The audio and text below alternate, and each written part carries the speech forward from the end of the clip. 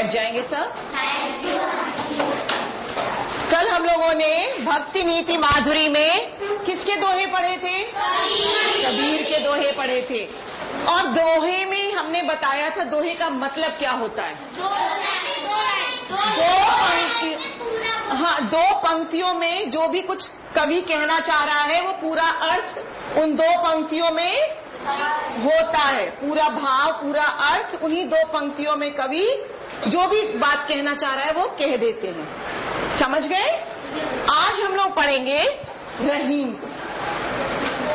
किसके बारे में पढ़ेंगे आज? रहीम के दोहे पढ़ेंगे। रहीम जो थे, आप लोगों में से किसने किसने अकबर का नाम सुना है? सुना है?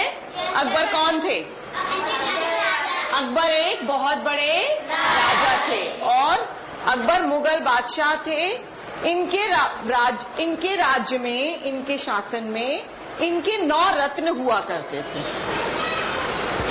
जो इनके बड़े खास थे। अकबर बहुत अच्छे शासक थे, भारत में राज्य करते थे और इनके 9 रत्न थे। उसमें से एक रत्न जो थे, एक बीरबल के बारे में सुना है?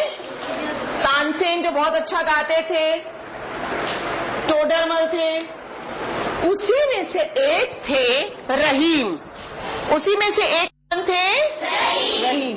इनका पूरा नाम था अब्दुल रहीम खान खाना। रहीम जो थे ये बहुत ही अच्छे नेक दिल इंसान थे। इन्होंने क्या किया? अब्दुल रहीम ने दोहे लिखे और इनके जो दोहे थे वो भी बड़े प्रसिद्ध हुए, बहुत मशहूर हुए। और इन्होंने भी कैसे लिखे? बहुत ही सरल भाषा में। किस तरह की भाषा थी इनकी भी? सरल भाषा, आम आदमी की भाषा। आम आदमी की भाषा कैसी होती है? जो हमें तुम्हें बोलने पे, एकदम से पढ़ने पे क्या आ जाएगी? समझ में आ जाए। क्या हो जाए? समझ में आ जाए कि क्या कहना चाह रहे हैं। इन्होंने कौन कौन सी इनकी प्रसिद्ध रचनाएं थी?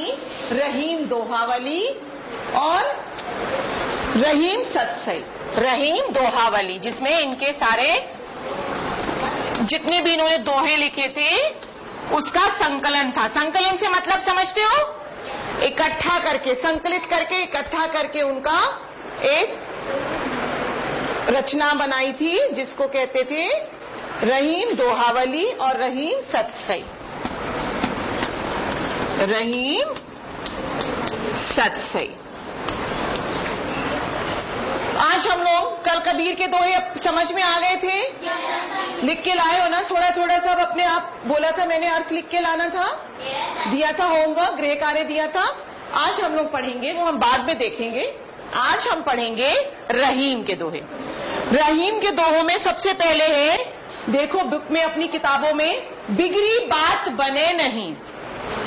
क्या लिखा है? बिगड़ी बात बने,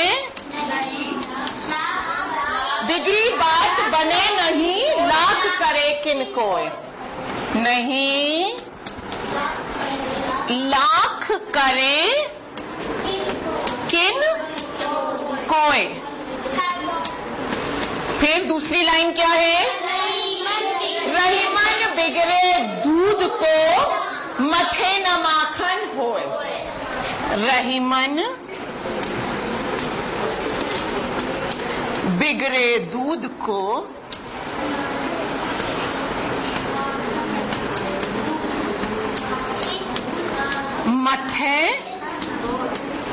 मथे न माखन।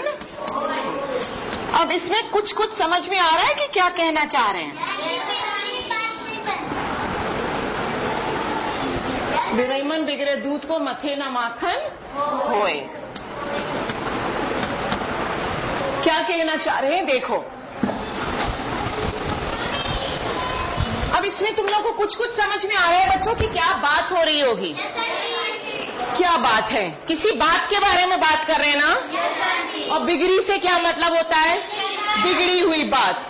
बिगड़ी हुई बात बने नहीं, नहीं बनती है।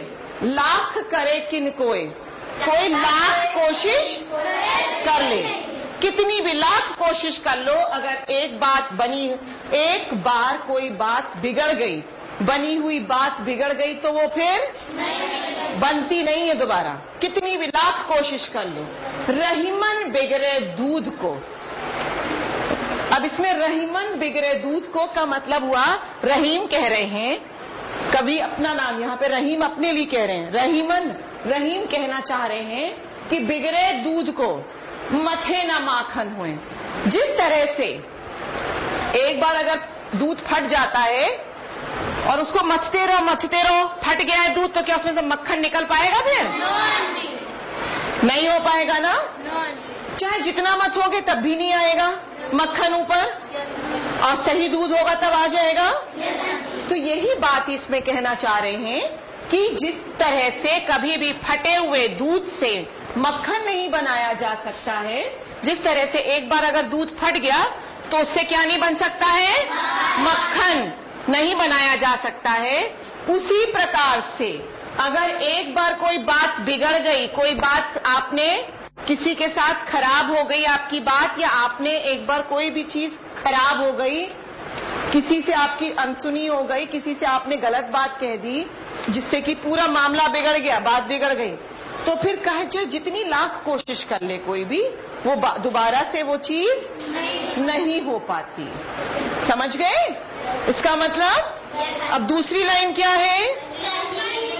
रहीमन निज मन की व्यथा,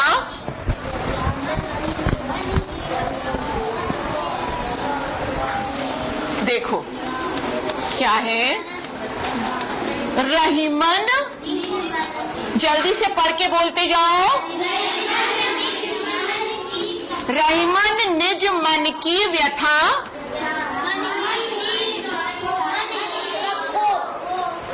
व्यथा मन ही राखो गोए, मन ही राखो गोए।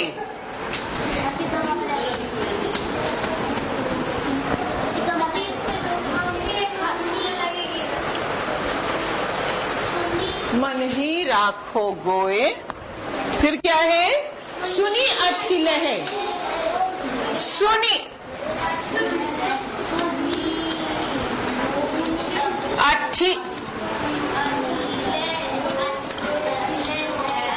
अठिल है, लोग सब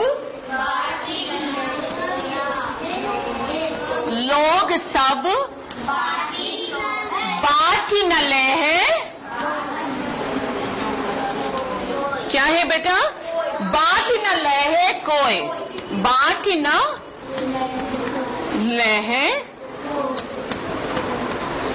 कोई।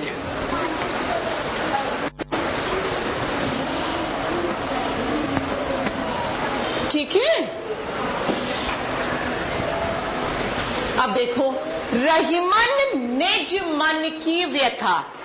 अब यहाँ पर रहीम ने अपना नाम ऊपर लिख लिया है, रहीमन निज मन की व्यथा। अब यहाँ पर किसके बारे में बात हो रही है? रहीम। अब तो रहीम तो लिखे हैं, वो अपने बारे में थोड़ी बात कर रहे हैं, वो किसकी बात कर रहे हैं? मन की बात कर रहे हैं ना। और व्यथा से क्या मतलब होता है? आपको कोई परेशानी है, आपकी कोई परेशानी, कोई दिक्कत है, कोई अड़चने आ रही, कोई मुश्किलें हैं, तो रहीमन निज मन की व्यथा मन ही राखो गोए। अगर रहीम कह रहे हैं कि अगर आपके मन में कोई परेशानी है, कोई कठिनाइयां हैं, कोई मुश्किलें आ रही हैं, कुछ भी है, तो अपनी परेशानियों को मन ही राखो गोए, अपने मन में ही रखो। हमें क्या करना चाहिए?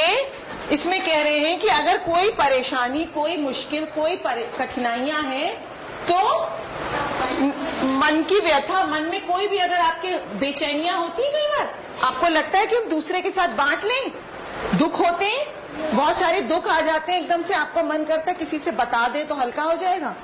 यहाँ पर रहीम कह रहे हैं कि अगर अपने मन की बात आप किसी से बताओगे, मन की बात अपने मन में ही रखो। वो ये कह रहे हैं ना, मन ही राखो गोए, अपने मन में ही रखो। सुनी, जब कोई दूसरा उसको सुनता है, जब दूसरे को आप अपनी कोई परेशानी बताते हो, कोई अपने दुख बताते हो, तो उसको सुन के अठिल हैं, लोग उपहास, लोग मजाक बनाते हैं, लोग सब लोग क्या करते हैं फिर? मजाक बनाते हैं। बांट न लहे कोई, आपके दुख को और आपके दुख को कोई बांटेगा नहीं। जो दुख है, जो परेशानी है, जो मुश्किल है, उसको किसे झेलना पड़ेगा? आपको खुद झेलना पड़ेगा, आपको खुद उसका सामना करना पड़ेगा। इसीलिए कभी भी अपने दुखों को किसी से बांट करके क्या होता है, मत बांटो, अपने मन में ही रखो। क्योंकि दूसरे लोग क्या करते हैं, उसका हम उपहास करते हैं, मजाक उड़ाते हैं, उससे कोई फायदा नहीं होता है। इसीलिए हमको अपने मन की बात मन में ही रखनी चाहिए और अपनी परेशानियों को, अपने दुख को किसी को बताने से कोई हमारा दुख क्या करता है, बांटता है? कभी नहीं बांटता है। इसीलिए हम लोग को कभी किसी को अपने दुख नहीं बताने चाहिए। बताते हो? आप लोग भी बताते हो ना, आपस में, फ्रेंड्स में, दोस्तों में बताते हो कि नहीं? तो क्या होता है फिर? दूसरा, जब वो दोस्त दूसरों से मिलते हैं तो क्या करते हैं? बता देते हैं। आपसे जितना कह दो कि बताना मत। आपने कई बार होता है, ऐसा हुआ है किसी के साथ कि आपने कहा सुनो बहुत दुखी हूँ, आपने उसको बताया दोस्त को और कहा कि ये बात किसी से मत कहना, पर ऐसा हुआ है कि उसने ना कहा हो? जरूर। ज्यादातर बच्चों वो बात दूसरे के कान तक उससे भी कह देते हैं कि तुम किसी को मत बताना, और बता जरूर देते हैं। उसने मना किया था इसलिए अब तुम किसी को मत बताना, पर तुमने तो बता दी ना। और फिर क्या हुआ? आपस में क्या करते हैं बच्चे?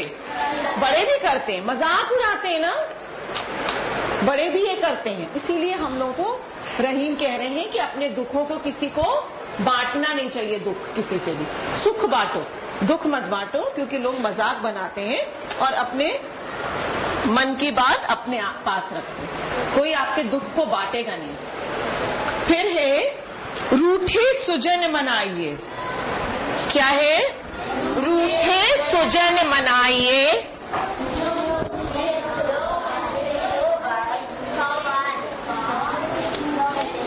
रूठे सुजन मनाइए, जो रूठे 100 बार, 100 बार, जो रूठे 100 बार। फिर रहीमन फिर रहीमन फिर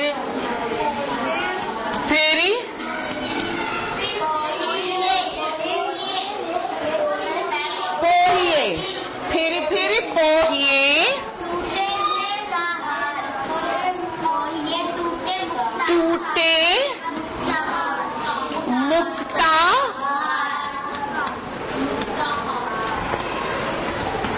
हार।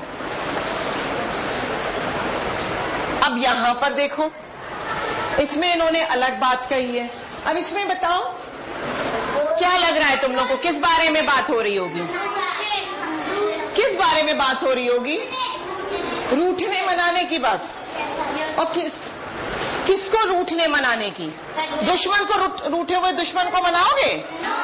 तुमसे कोई तुम्हारा दोस्त नहीं है जो नाराज है, उसे जाते हो मनाने? दोस्त नहीं है तो जाते हो? यहाँ पर वो कह रहे हैं रहीम रूठे सुजन मनाइए। रूठे हुए सज्जन, अच्छे लोगों को, सुजन से मतलब सज्जन, रूठे हुए सज्जन लोगों को मनाइए। चाहे वो कितनी बार रूठे हो, 100 बार, चाहे जितनी बार रूठ रहा हो। अगर कोई अच्छा इंसान है, आपसे बार बार रूठ भी रहा है, 100 बार तो उन्होंने लिखा है ना, कितनी बार भी रूठे, पर उसे हमें मना लेना चाहिए। क्या करना चाहिए? क्यों मनाना चाहिए? हाँ, क्योंकि वो एक अच्छा इंसान है, क्योंकि वो एक सज्जन है। रहीमन फिर पोहिए, टूटे मुक्ताहार। जैसे कि आपकी मोतियों की माला होती है, आप पहनते हो, कहीं टूट जाती है, फेंक देते हो कि फिर से पिरो लेते हो, पो लेते हो? फेंकते हो कि फिर से पिरोते हो माला को? फिर से माला पोते हो कि नहीं? कि मोती जितने टूट गए वो सब उठाया और फेंक दिया? क्या करते हो? हाँ, क्या करते हो? पोते हो, फिर से पहनते हो। तो चाहे जितनी बार मोतियों की माला तुम्हारी टूटती है, वो इतनी कीमती होती है कि चाहे जितनी बार टूटे, उसे पिरो पिरो के, पोह पोह के मोतियों की कीमती माला को हम फिर से बनाते हैं, हार बना लेते हैं उसका, फिर से हार बना लेते हैं।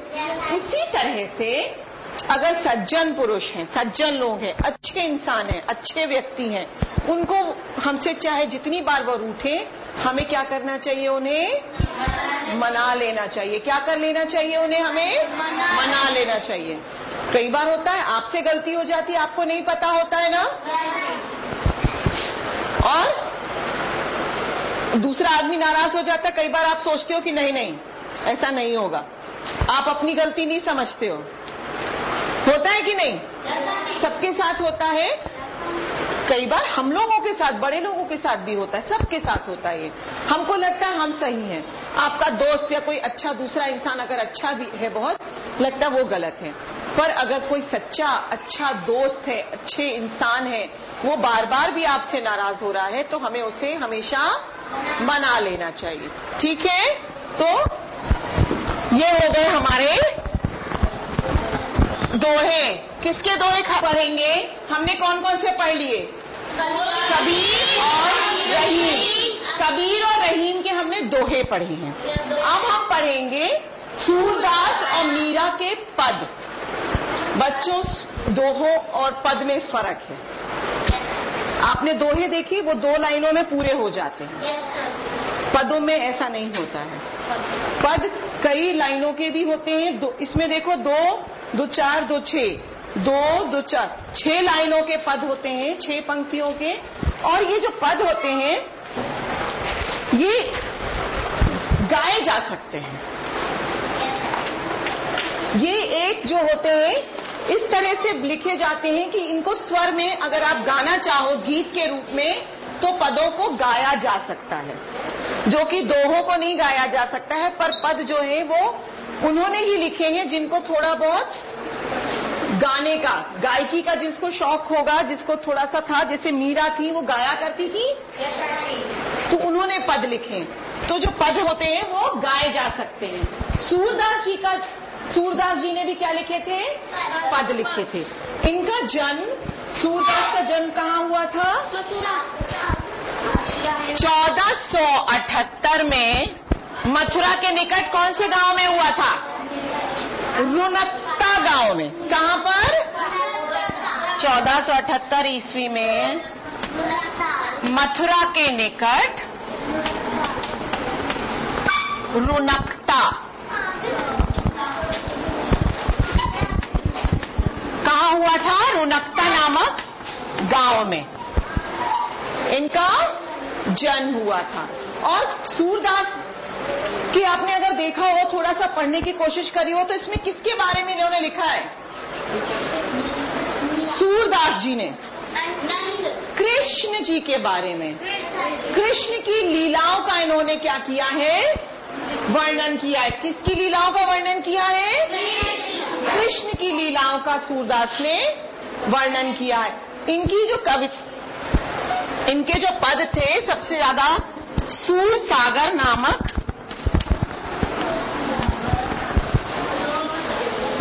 प्रसिद्ध जो है महाकाव्य है, जिसमें सूरसागर नाम से एक प्रसिद्ध महाकाव्य है, जिसमें इनके पदों का संकलन है। संकलन से आप समझ गए ना, मतलब जो इकट्ठा करके एक किताब बना दी जाती, काव्य बना दिया जाता, वो इनका सबसे प्रसिद्ध है सूरसागर। ये वल्लभाचार्य जी के क्या थे? शिष्य थे। वल्लभाचार्य इनके कौन थे? गुरु थे। वल्लभाचार्य कौन थे इनके?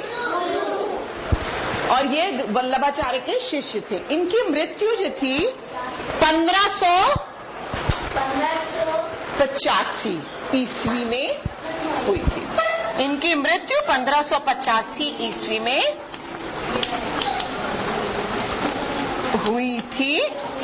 और सूरदास जी ने ज्यादातर किसकी लीलाओं का वर्णन किया है? कृष्ण लीलाओं का इन्होंने कृष्ण लीलाओं का वर्णन किया है। ज्यादातर इनकी जो भी अधिकांश जितनी भी इनकी पद हैं वो कृष्ण की लीलाओं पर हैं। जो छोटे से कृष्ण दिखाए के बारे में इन्होंने कल्पना करके उनके ऊपर पद लिखे हैं। ठीक है, अब आज हम लोग इनका पहला पद से शुरू करते हैं। इतना समझ में आ गया? इनका जन्म बताओ, याद है? अभी बताया था, बताओ। 1478 में कहां पर हुआ था? मथुरा में। किस जगह पे? रूणकता गांव में। और इनके गुरु का नाम जल्दी से बोलो, गुरु का नाम।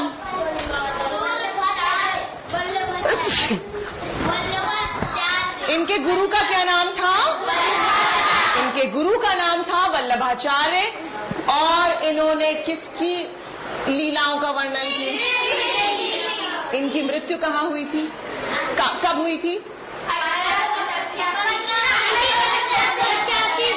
1585 ईस्वी में हुई थी, 1885 में नहीं। कब हुई थी? 1585 में। अब इसमें है नंद धाम खेलत हरि डोलत। क्या है?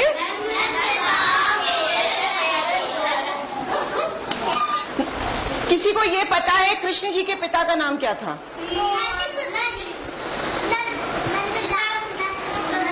कृष्ण को क्या कहते थे?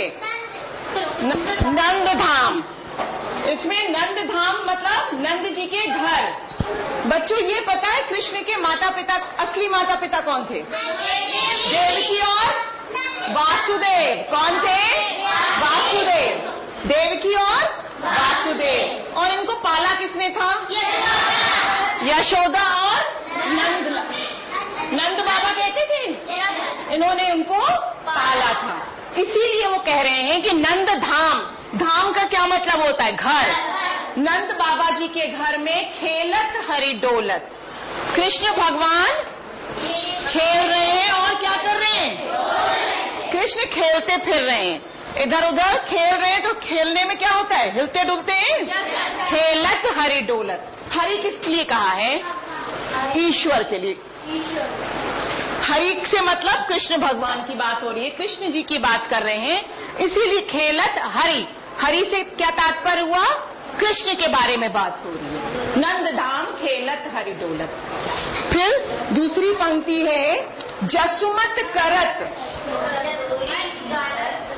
जसुमत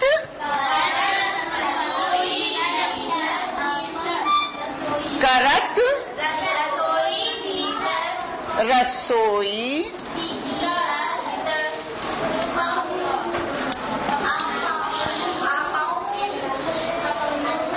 भीतर आपन किलकत बोलत। आपन किलकत बोलत। अब ये इसका मतलब देखो। जसुमती, जसुमत किसकी बात हो रही है? यशोदा जी की बात हो रही है। यशोदा जी क्या कर रही है? माँ यशोदा क्या कर रही है? रसोई में क्या कर रही होंगी? काम। रसोई में करत रसोई भीतर। यशोदा माँ जो हैं वो रसोई में भोजन बनाने में लगी हैं। और आपन किलकत बोलत। फिर भी हरि कृष्ण जी क्या कर रहे हैं? अपने में ही किलकारी मार रहे हैं और बात कर रहे हैं। आपनु अपने आप, आपनु अपने आप, किलकत बोलत। अपने में ही किलकारियां मार मार के आवाजें निकालते हैं जैसे छोटे बच्चे, वैसे ही किलकारी मार के अपने में ही बोल रहे, खुश हो रहे। नंद धाम खेलत हरि डोलत का मतलब नंद जी के घर में हरि कृष्ण जो हैं वो खेल रहे हैं और खुश हो रहे हैं, इधर उधर घूम रहे हैं, खेल रहे हैं। फिर है जसुमत करत रसोई भीतर। यशोदा माँ जो है वो कहाँ पे है? रसोई में खाना बना रही है। आपन किलकत बोलत। अपने आप में ही कर रहे हैं कृष्ण, खुश हो रहे हैं, आपस में अपने आप में किलकारियां भर भर के बोल रहे हैं। फिर क्या है? तेरी उठी जसमत मोहन को।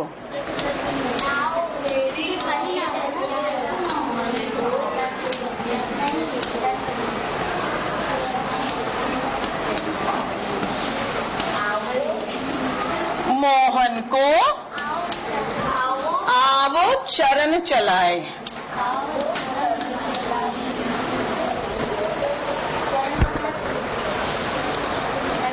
आवो चरण चलाई।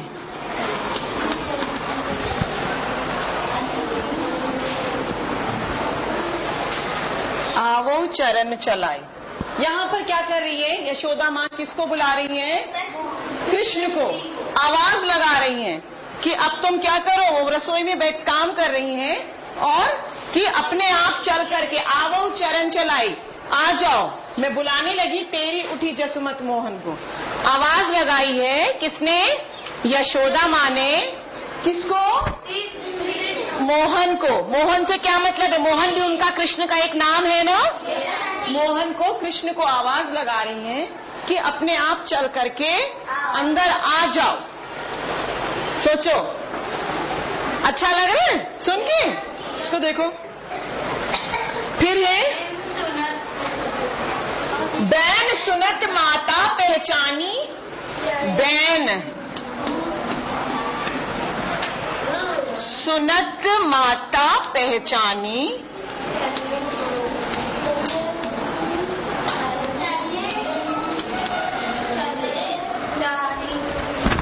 चले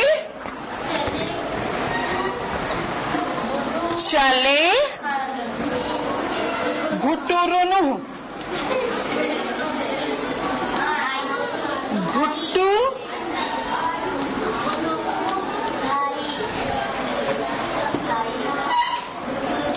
घाई।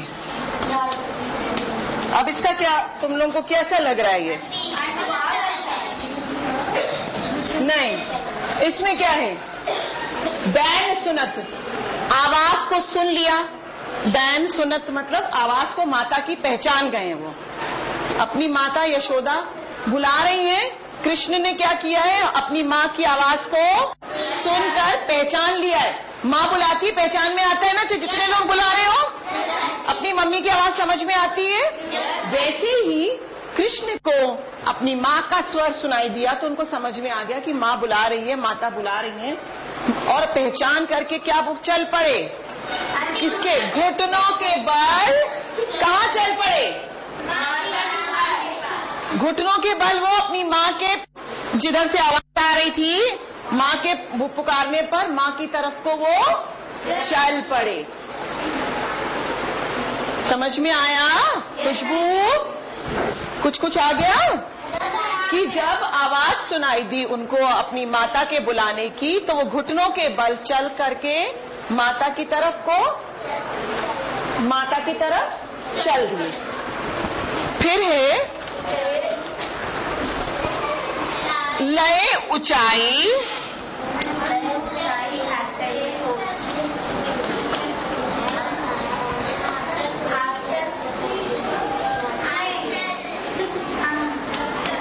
आंचल पे पोछी ना।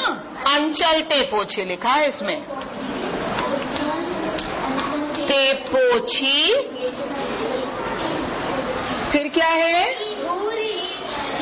धूरी भरी सब देह।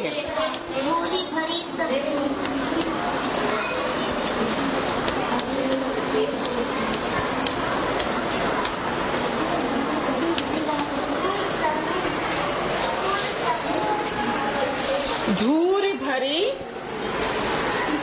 सब देह।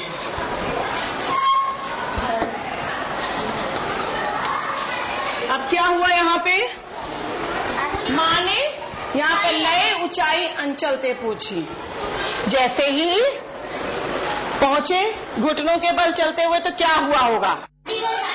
सारा उनके मिट्टी लगी होगी ना। तो वही बता रहे हैं सूरदास जी, लय ऊंचाई अंचल। उन्होंने उठा लिया उसे गोद में और क्या किया, आंचल से क्या किया, किस चीज को पोछा, जितनी धूल मिट्टी थी, धूल थी, उसको क्या किया, गोद में लिया, ऊंचाई पर रखा और अपने आंचल से सारी धूल को झाड़ दिया, पोंछ दिया। क्यों आई होगी धूल? क्योंकि वो घुटनों के बल कच्चे में खेल रहे होंगे, तब तो कोई पक्के घर तो थे नहीं, फर्श तो होगी नहीं ऐसी। सोच रहे हैं सूरदास जी कि उन्होंने किस तरह वो घुटनों के बल चल के खेल रहे थे और फिर कैसे माता ने उठाया और उनको आंचल से उनकी मिट्टी को पोंछ करके साफ करके और गोद में ले लिया। फिर है सूर्य प्रभु जसुमत रज झारत।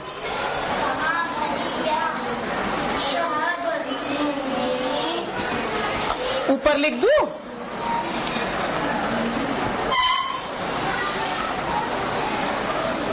सूर्य प्रभु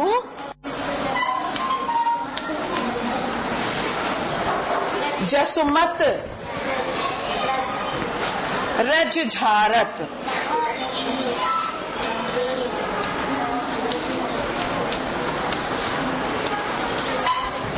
कहाँ भरी है खे,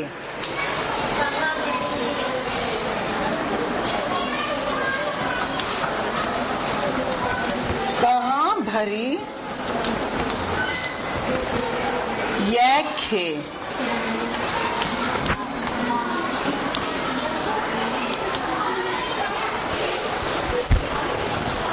क्या कह रहे हैं? फिर सूरदास जी ने लिखा है कि सूर्य प्रभु, सूरदास जी कह रहे हैं कि यशोदा जी ने, यशोदा माँ ने उठा लिया, सारी धूल मिट्टी झाड़ दी और वो पूछ रही है कृष्ण से फिर कि ये तुम मिट्टी झाड़ते हुए पूछ रही है कि ये सब धूल मिट्टी तुमने कहाँ से लगा के आ गए हो, ये मिट्टी कहाँ से तुम्हारे शरीर पर सब लग गई है जिससे तुम इतने गंदे हो गए हो।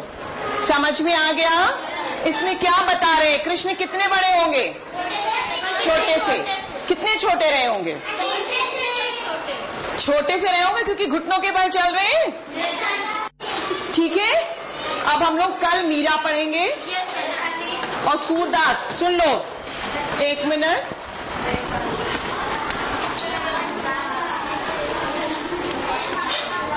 गृह कार्य में क्या है, इसको ठीक से सूरदास जी की ये पद है, दो पद है जो इसको ठीक से उच्चारण के साथ पढ़ना सीख कर आओगे। कल हम इसको सुनेंगे।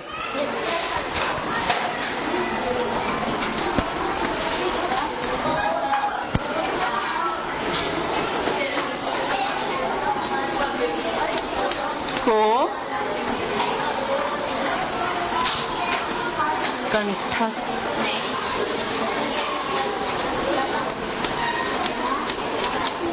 ठीक है, ये आपका होमवर्क है। Thank you children.